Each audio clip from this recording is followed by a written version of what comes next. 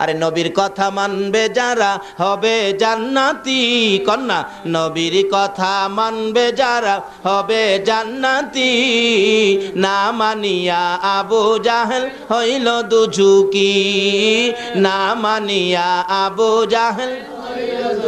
নবীর কথা মানবে যারা হবে জান্নাতি, নবীর কথা মানবে যারা হবে জান্নাতি, না মানিয়া আবু জাহেল হইল দুঝুকি, না মানিয়া আবু জাহেল। আল্লাহ বলতেছেন জান্নাতে যাইতে গেলে আমার এই নবীর কথা মাইনা কাজ করতে হবে। নবী যেভাবে বলে এটাই হবে জান্নাতি ইবাদত। জোরে কোন সুবহানাল্লাহ। তাই নবীর কথাগুলি মানলে আমাদের লাভ হবে না লস হবে? এই নবীর কথা মানা দরকার আছে কিনা বলুন তো? মানলে আবু বকর, না মানলে আবু জাহেল। আপনারা কি আবু বকর হবেন না আবু জাহেল হবেন? আবু বকর নবীর কথা মানতো কিনা? আল্লাহু আকবার। কিভাবে মানতো দেখেন। আমার নবী একদিন বলতেছেন, আবু বকর জি, মনে হয় মক্কায় থাকতে পারবো না রে, হিজরত করতে হবে মদিনায়, সঙ্গী হবে তুমি আবু বকর। মনে হয়, আসলে নবীর মনে হয়টাই কনফার্ম। এই দিন থেকে আবু বকর রাত্রে এশারের নামাজ পড়ে কিছু সামানা লইয়া, কাদের মধ্যে সামানার বোঝাটা লইয়া দরজার কিনারে দাঁড়ায় রয়েছে। সারা রাত পার হইয়া ফজর আজান পড়ে গেছে, নামাজে চলে গেছে। এইভাবে একটানা 6 মাস পর্যন্ত নবীর কথা মাইন্না। বলুন কার কথা মাইন্না? নবীর কথা। 6 মাস পর্যন্ত দরজার। 6 মাস শেষ যেদিন রাত্রের বেলা নবী আইসা ডাকতেছে। কেন? আবু জাহেল 40টা বংশ থেকে 40 জন শক্তিশালী যুবক নিয়ে আমার নবীর হুজরা মক্কা নগরীতে আমার নবীর ঘরকে ঘেরাও করেছে। আবু জাহেলের নেতৃত্বে 40 জন যুবক 40টা বংশের তরবারি হাতে নিয়ে এমনভাবে ঘেরাও করেছে। আবু জাহেলের নির্দেশ, আমার ভাতিজা যেন এই ঘর থেকে বাহির হইয়া যাইতে না পারে, এই ঘরের মধ্যে ভাতিজাকে শেষ করে দাও।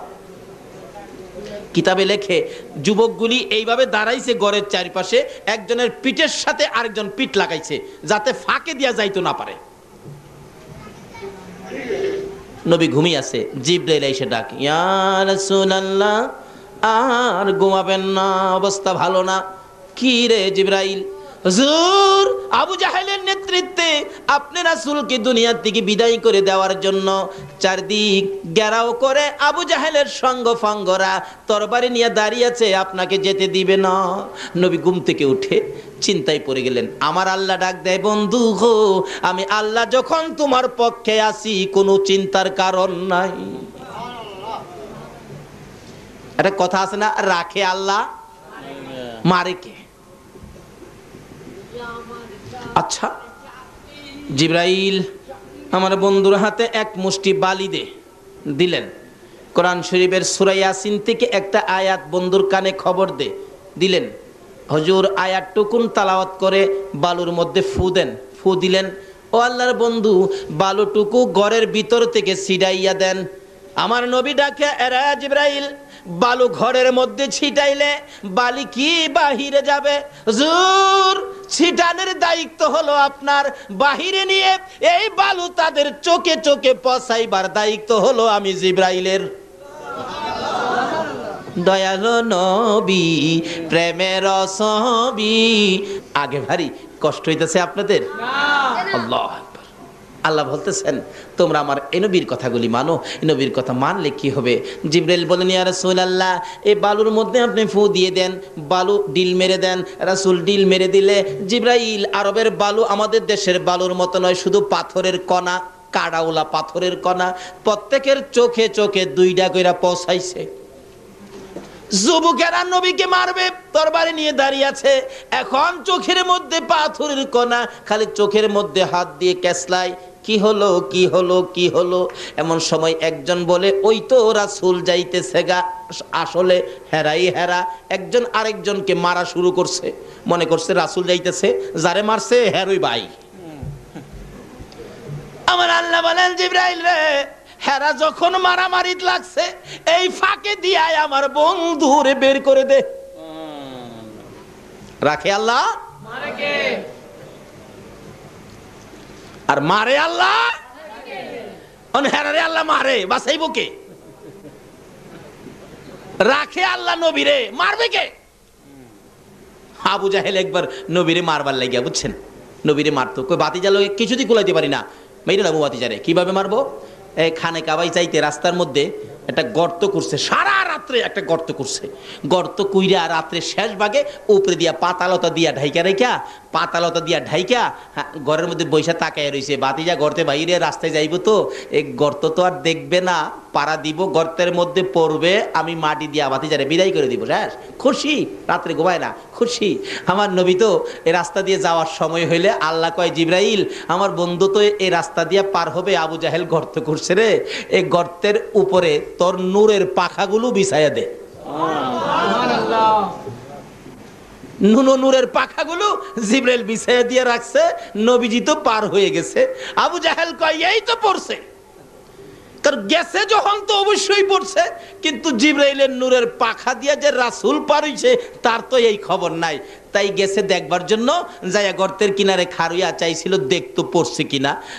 পড়তে গিয়া সারা রাত তাই ঘুমাইছে না, তো নিজের তো স্ক্রু বল্টু নাট ডিলে রিছে অগমা থাইকা দেখতে চাইছিল, তাই নিজেই একবারে তাউর খাইয়া গর্তের মধ্যে পড়ছে। পইরা গিয়া দেখে বাতিজা তো নাই, আমি চাচা দি। হাই হাই, কি হলো, কি করলাম, কি আর হইলটা কি? সকাল হয়ে গেলে রাস্তার মধ্যে গর্ত দেখলে বলুন তো মানুষ গালাগালি করবে না? হ্যাঁ, কোন হারামজাদারে রাস্তার মধ্যে গর্ত করছে? আইসাই যাই দেহে এই গালি দে হারামজাদা। গর্তের কিনারে যাইয়া দেহে সাসাদি। হাই হাই সাসা আপনি? হ্যাঁ বেটা, আগে আমারে গালি দিয়া হন আবার সাসা কস। আল্লাহ কই তুই গালিও খাইবি সাসাও শুনবি। শত মানুষ চারদিকে ঘেরাও, হলো নাকি? গর্ত কোন কেন, ব্যাপারটা কি? কই কারো কাছে কইস না, আমার বাতিজার লেগে করছিলাম। আল্লাহ কই কারো কাছে কইতো না, আমি আল্লাহ কিয়ামত পর্যন্ত সকলের কাছে কমু। সুবহানাল্লাহ। কন্ত খালি আবু জাহেলের খবর কেন, আদম থেকে ঈসা পর্যন্ত সকল নবী রাসূলের কোন নবীর আমলে কি হইছে না হইছে, আচ্ছা সকল খবর আমরা জানি কিনা কন্ত? আমার নবী একদিন এই অবস্থায় চোখের পানি ছাইরা বলতেছে, মাবুদ, আদম থেকে ঈসা পর্যন্ত সকল নবী রাসূলের কাহিনী আমার উম্মতে জানে, সকল নবী রাসূলের উম্মতের কাহিনী আমার উম্মতে জানে, সব আমার উম্মতে জানে।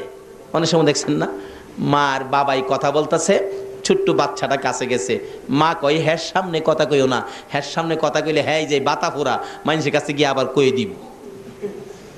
আমার নবী বলেন, প্রভু গো, আমার উম্মতে বাতা ফুরা উম্মতে সকল কাহিনী জানে।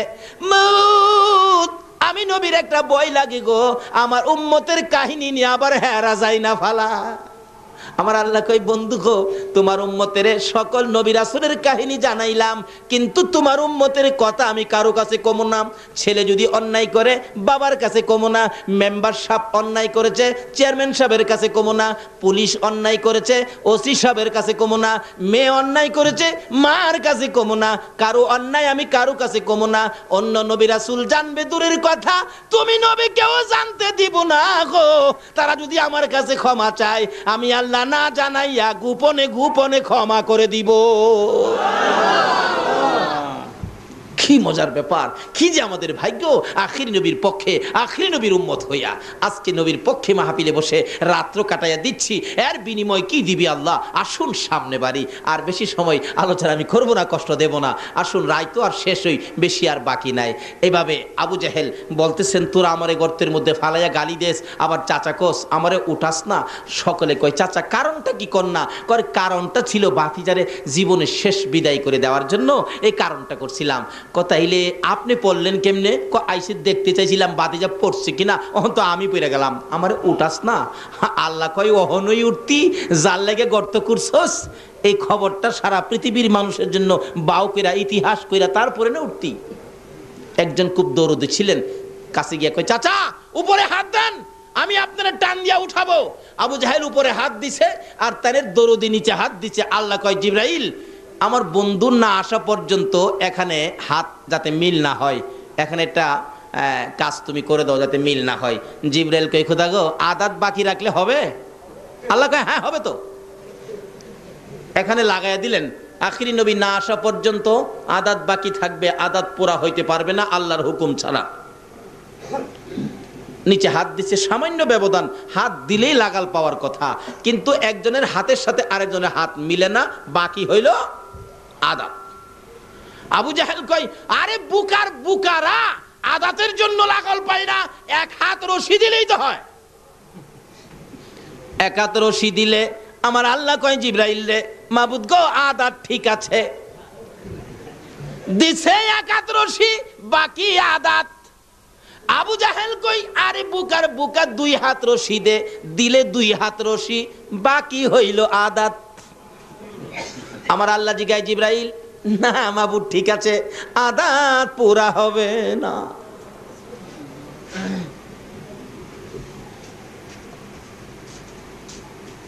পুরা হয় না। কিতাব বলেন দিতে দিতে 70 গজ 140 হাত রশি দেওয়ার পরেও আদাত আর পুরা হয় না। দেখেন না মাঝে মাঝে দোকানও লেখা থাকে আজ নগদ কাল বাকি। এক বেচারা গরিব মানুষ চাউল কিনতে গেছে, 2 কেজি চাউল নিবে, বাচ্চা কাচ্চা কানতেছে, যাইয়া দেখে লেখা আজ নগদ কাল বাকি। আজকে যখন নগদ বাকি আজকে দিবে না, কালকে দেখা যায় বাকি দিবে, কালকে সকালে এসে নিব। সকালবেলা ডাইকা দোকানতে উঠাইছে, ভাই সাহেব 2 লাখ চাউল দেন, আমি তো আবার চায়া দেহে কি লেখা আজ নগদ। আচ্ছা এইটা ভাই সাহেব, এই নগদ কি জীবনে, এই বাকি জীবনে নগদ হইব? আল্লাহ কয় জিবরাইল, বাকি লাগাইছি, আল্লাহ বাকি লাগাইছি আদাত। 70 গজ রশি দেওয়ার পরেও আধা তার পোড়া হয় না। এবার কি করতে পারি, কি করতে পারি? অবশেষে নিচ থেকে আবু জাহেল উপরে তাকাইয়া ডাকে, তোরা কারা রে? আর রশি দিস না, আর মাটির নিচে নিস না, মাটির অবস্থা ভালো দেখা যায় না, মন বলে মাটি আমাকে ধরে ফেলবে, আর রশি দিস না। আমার বাতিজা কই রে? আমার বাতিজা সারা উঠাইতে পারবি না।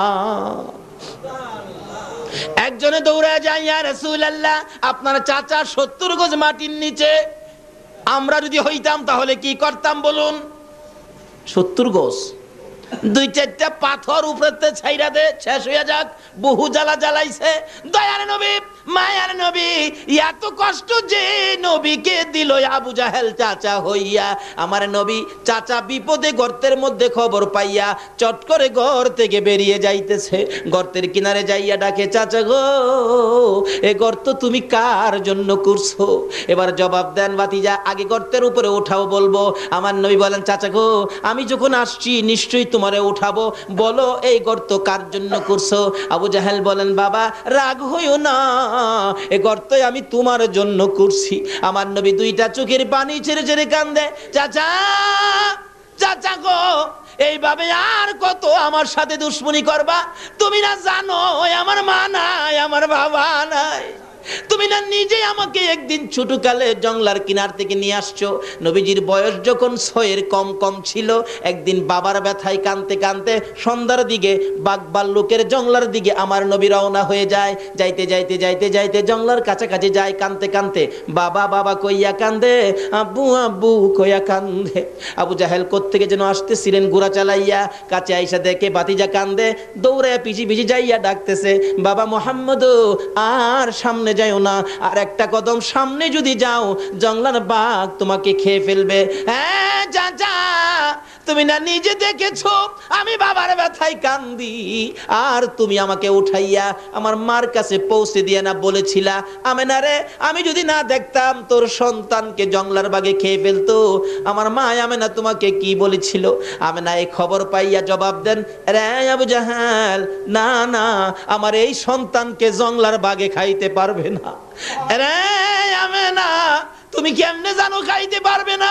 আমেনা বলেন, আবু জাহেল রে, আমার এই সন্তান যেদিন আমি আমেনার পেটে ছিল রে, একটা জংলার বাঘ আইসা আমাকে কানে খবর দিয়েছিল, আমেনা গো তোমার পেটে রাহমাতাল লিল আলামিন গো আমেনা, জংলার বাঘ আমার পায়ে সালাম করে বিদায় হয়ে গেছে।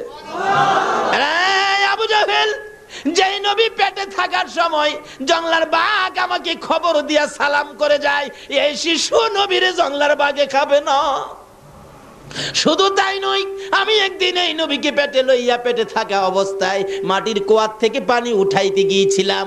60-70 ফিট নিচে পানি, আমি বালতির মধ্যে রশি লাগাইয়া পানি উঠাবো, কুয়ার পারে গেলে কে যেন সাফা পর্বতের উপর থেকে ডাকতেছে, জিব্রাইল রে, ও জিব্রাইল, আমার বন্ধুর মা আমেনা পানি উঠানোর জন্য কুয়ার পারে দাঁড়াইছে রে, আমার বন্ধুকে পেটে লইয়া রে জিব্রাইল, এত নিচ থেকে আমার বন্ধুর মা আমেনা বন্ধুরে পেটে লইয়া যদি পানি উঠাই রে জিব্রাইল, আমার বন্ধুর মার কষ্ট হবে। আমেনার বালতিওয়ালা রশি নিচে ছাড়বার আগে রে জিব্রাইল নিচের পানিগুলি উপরে উঠাইয়া দে। নারে তাকবীর, নারে রিসালাত, নারে গাউসিয়া। আজকে আমরা সে নবীর উম্মত, নবীর প্রেমে রাত্র কাটাচ্ছি, কি যে বকশিশ, কি যে পুরস্কার, এই তো সামনে আইসা গেছে। সংক্ষেপ আলোচনা, এর মধ্যে বিস্তারিত আলোচনা করলে কয়েক রাত্রের দরকার। এবার আমেনা বলতেছেন, ও আবু জাহেল, আমার এই বাবারে জংলার বাগে ধরবে না, নিচের পানিগুলো উপরে উঠা গেছে। অন্য ছেলেরা, অন্য মহিলারা, অন্য লোকেরা যেইভাবে নদীর থেকে পুকুর থেকে কলস বুড়ায়, আমি আমেনা ঠিক সেইভাবে মাটির কুয়ার থেকে পানি বুড়াইয়া কাঙ্কে লইয়া যখন গোড়ের দিকে রওনা হইছি রে আবু জাহেল, হঠাৎ করে দেখি আকাশের মধ্যে গুনগুনি শব্দ শোনা যায়। তাকাইয়া দেখি এক জাক পাখি উইরা উইরা আসতেছিল। পাখি সর্দার নির্দেশ দিলেন, রে পাখিরা আর সামনে বাড়িস না, ওই যে দেখ আমেনা দাঁড়াইয়া রইছে। যে আমেনার পেটে রাহমাতাল লিল আলামিন রে পাখিরা, ওই আমেনার উপরে দিয়া উইরা যাইস না রে, বেয়াদবি হবে।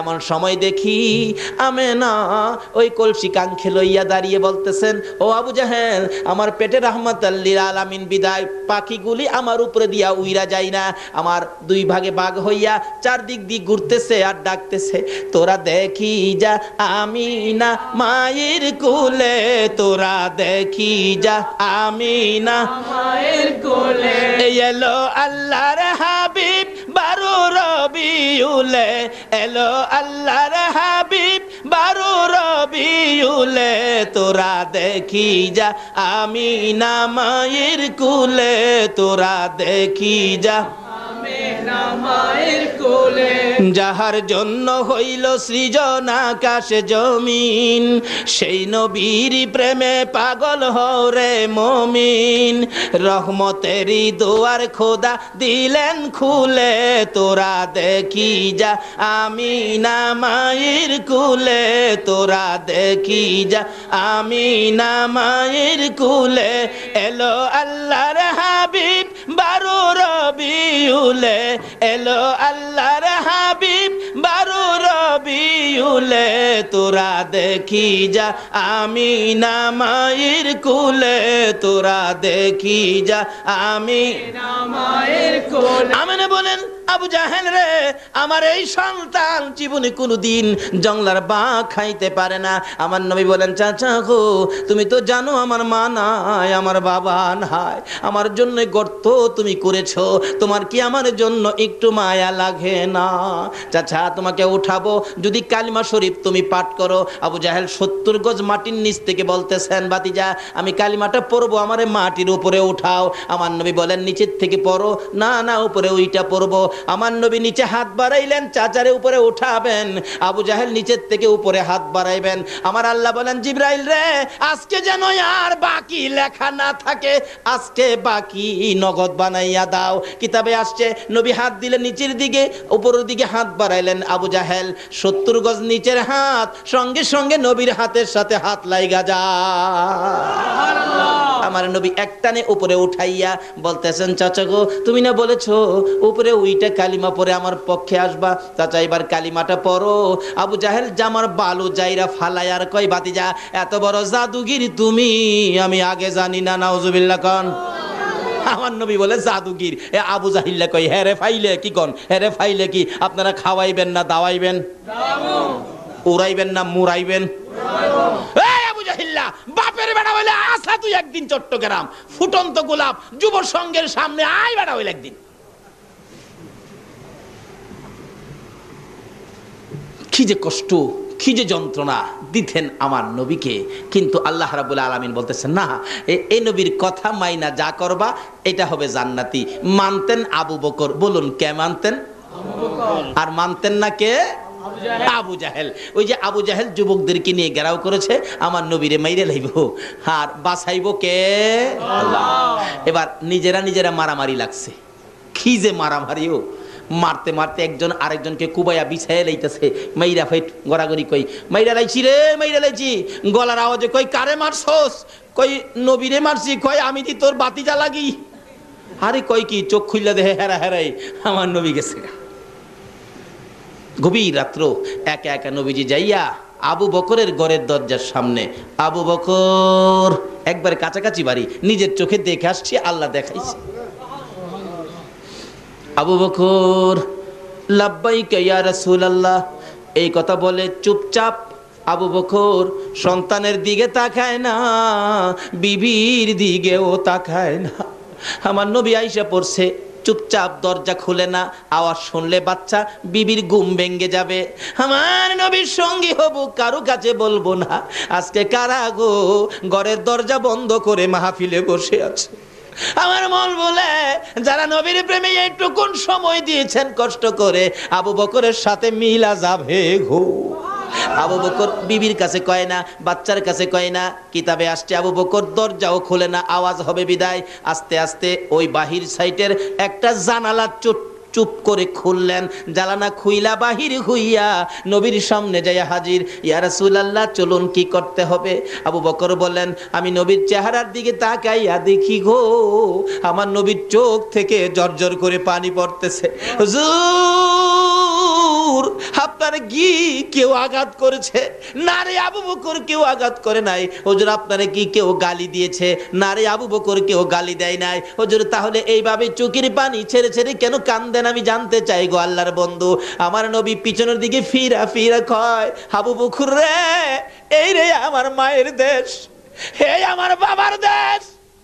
আজকে আবু জাহেলের যন্ত্রণায় মায়ের দেশ বাবার দেশ সাইরা মদিনায় যাইতে আমার মায়া লাগে।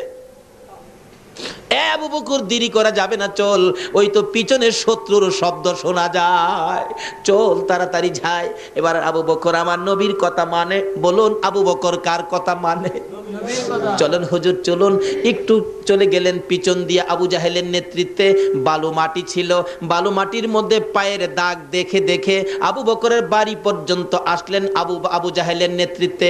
ও সঙ্গীরা, যুবকেরা, এই দাগ দেখে দেখে চলো আমরা যাইতে থাকি, কারণ এই রাস্তায় তো কোনো মানুষ কোনোদিন হাঁটে না, দাগ পাওয়া যাবে না। আমার নবীজির পাও মুবারকের দাগ দেখে দেখে আবু বকরের ঘরের দরজা পর্যন্ত আইসা গেলেন। এখানে আইসা দাঁড়িয়ে আছে, পায়ের দাগ দেখা যায়, ডাক দিলেন নিশ্চয়ই ঘরের মধ্যে আছে। দরজা যখন বন্ধ, ডাক দিলেন দরজার মধ্যে আবু জাহেল, ডাক দিলে একজন মেয়ে, বাচ্চা মেয়ে জবাব দিলেন, যার নাম আসছে আবু বকরের মেয়ের মধ্যে ছোট ছিলেন মেয়েটা, যার নাম হলো হযরতে আসমা। আসমা বলেন, কে তোমরা এত রাত্রে ডাকো? আবু জাহেল বলেন, দরজা খুলে দাও, এই ঘরের মধ্যে মোহাম্মদ ঢুকছে। বাচ্চাটা বললেন, না না, এই ঘরে কোনো মানুষ নাই, এই ঘরে আমার বাবারেও পাওয়া যায় না। দরজাটা খুলে দিলে আবু জাহেল ডাকে, এদিকে আয় আসমা, এদিকে আয়, তোর বাবা কোথায়? বলতে পারি না।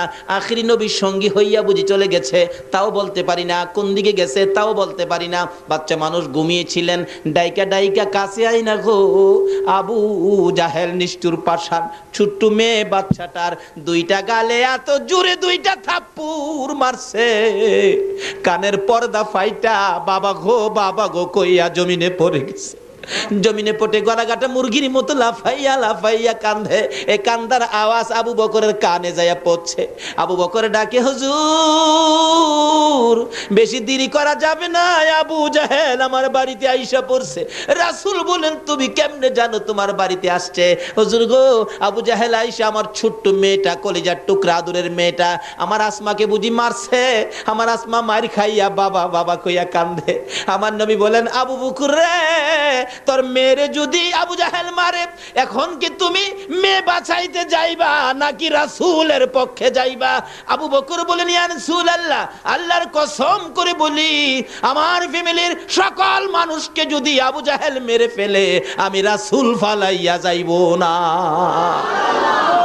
আমার আল্লাহ বলেন, আবু বকর রে, আমার নবীরে এত ভালোবাসা তুমি দিয়েছো, ও আবু বকর, আমি কথা দিলাম রে আবু বকর, তুমি আবু বকর জান্নাতে না যাওয়া পর্যন্ত আমি কাউকে জান্নাতে যাওয়ার অনুমতি দিব না। সেই নবীর ভালোবাসা দেন, কিছু পাবেন। কি পাবেন? জান্নাতে যাবেন, ইবাদত করবেন, নবীর দেখানো নবীর কথা মতো ইবাদত করতে হবে। আর কারো কথায় ইবাদত করলে আমার আল্লাহ জান্নাত দেবে না। আবু বকর, একটু পিছের শব্দ শোনা যায়, আইসা পড়ছে গারে সুর পাহাড়, একবারে মক্কার কাছে। মদিনা যাইতে খালি মক্কা থেকে বাহির হইছে নবীজি। গারে সুর পাহাড়ে আমরা তো আগে শুনতাম, আগে ভাবতাম যে হয়তো সমতল রাস্তা দিয়ে হাইটা যাইতে কোনো গর্তের মধ্যে নবীজি আবু বকরকে নিয়ে আশ্রয় নিয়েছেন, কিন্তু না, নবীজি আশ্রয় নিয়েছেন এটা পাহাড়ের উপরে, পাথর, শুধু পাথরের পাহাড়। নবীজি যাইতেছে, এদিক দিয়ে সকাল হইতেছে। আচ্ছা বলুন তো, সকালবেলা যদি পাহাড়ের মধ্যে কেউ নড়াচড়ি করে দেখা যাবে না? কিন্তু পাথরের পাহাড়, কি কুদরত! যারা মক্কায় গিয়েছেন অবশ্যই দেখেছেন গারে সুর পাহাড়টা, এদিক দিয়ে সকল অবস্থান, সকল জায়গা ফর্সা হয়ে আসতেছে, আর নবীজি পাহাড়ে উঠার কারণে পাহাড়টা আন্ধার হয়ে যাইতেছে। এখনো যায় দেখবেন গারে সুর পাহাড়টা একবারে কালো পাথরের পাহাড়, একবারে কালো আন্ধার হয়ে থাকে। পাথরকে প্রশ্ন করবেন, পাথর তুমি কালো হয়ে আন্ধার হইলে যে? পাথর জবাব দিবে, রাসূলকে হেফাজত করার জন্য আমি অন্ধকার হয়ে গেছি। পাথর হইয়া রাসূল চিনে গো, উম্মত হইয়া রাসূল চিনলাম না। আমার নবী বলেন, আবু বকর রে, এই পাহাড়ের মধ্যে দেখো কোথাও কোনো গর্ত পাওয়া যায় কিনা। এই গর্তের মধ্যে আমরা বসে থাকি, দুশমনেরা চলে গেলে আমরা মদিনার দিকে চলে যাব। আচ্ছা হুজুর, দেখতেছি হঠাৎ দেখে যে পাহাড়ের ফাঁকে একটা সুড়ঙ্গ পথ আছে, এর মধ্যে দুইজন লোক কোনো রকম বসতে পারবে।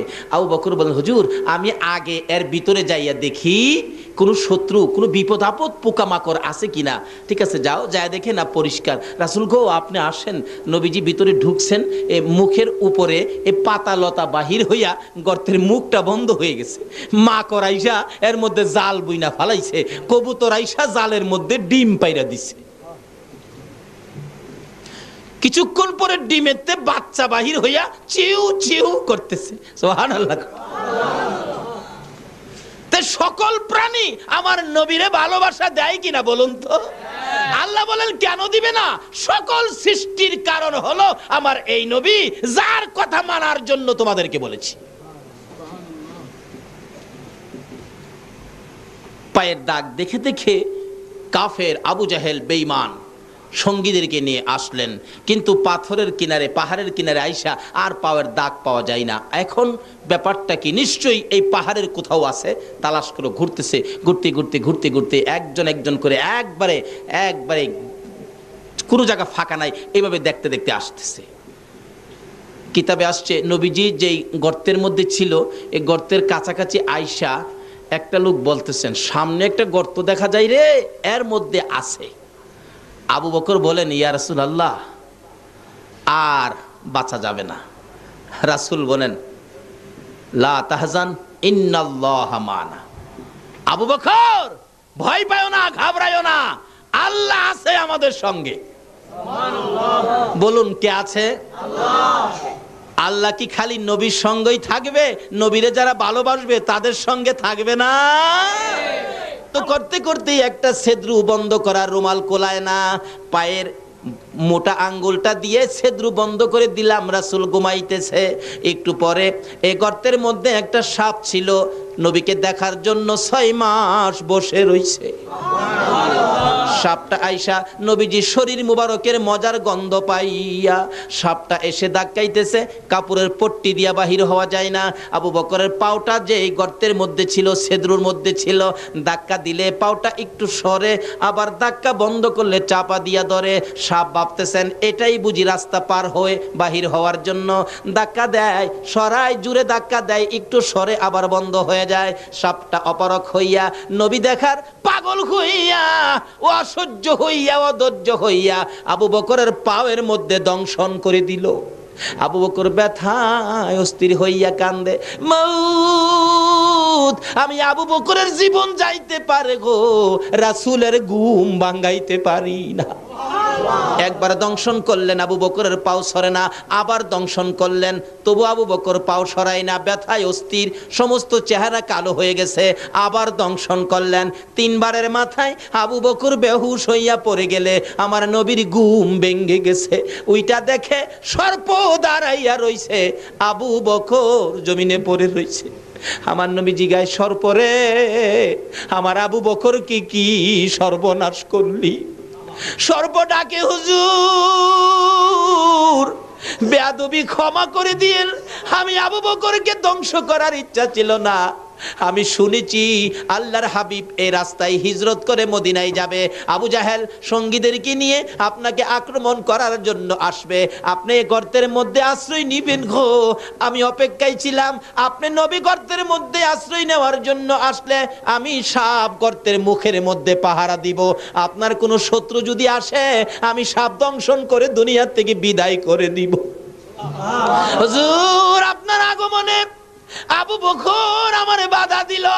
আবু বকর ভাবছে আমি বুঝি আপনাকে দংশন করব। নবী গো, আল্লাহর কসম করে বলি 6 মাস পর্যন্ত বসেছিলাম আপনি নবীর পক্ষে ওই কাফেরদের মোকাবেলা করার জন্য। জংলার সর্প হইয়া নবী চিনল গো, উম্মত হইয়া নবী চিনলাম না।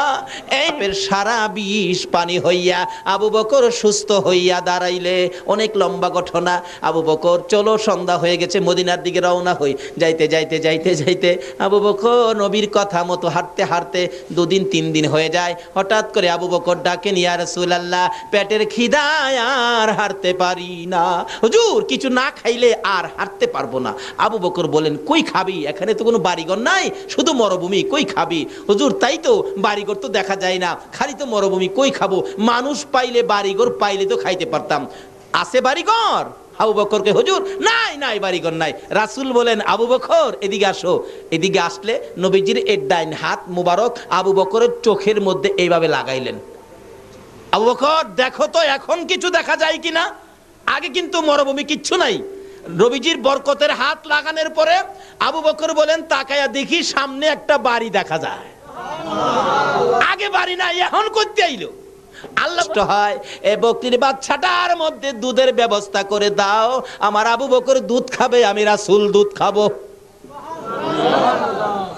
দাবিটা করছে কে? এই নবীর কথা আমার আল্লাহ রাহেনিও, রাহেনি। সঙ্গে সঙ্গে আবু বকর বলেন, ছোট্ট বকরির বাচ্চা মোটা তাজা হয়ে গেছে। সঙ্গে সঙ্গে দেখি বকরির মধ্যে দুধের জোয়ার আইসা গেছে। বকরির বাচ্চাটা বেমাইতেছে দুধের ভরে। আমার রাসূল বলেন, আবু বকর রে, একটা দুধের বান্ড নিয়ে আসো। ডাকতেছে মহিলাকে, মা মা একটা বান্ড দাও। মহিলা বলেন, এই কি কারবার, জীবনে তো দেখি নাই। বাচ্চা বড় হলো, দুধ দিবে।